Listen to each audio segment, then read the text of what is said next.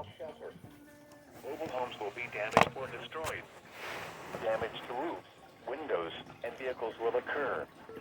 Tree damage is likely. Locations impacted include Mayfield, Washington, Mount Olivet, Germantown, Sardis, Minerva, U.S. Route 62 at State Route 875, Blue Licks Battlefield, Abigail, Milford, Murphysville, Moranberg, Eureka, Alhambra, Stonewall, Maylick, Mitchellsville, Santa Fe, Lowell, and Kentontown. Take cover now. Move to a basement or an interior room on the lowest floor of a sturdy building. Avoid windows. If you are outdoors, in a mobile home, or in a vehicle, move to the closest substantial shelter and protect yourself from flying debris.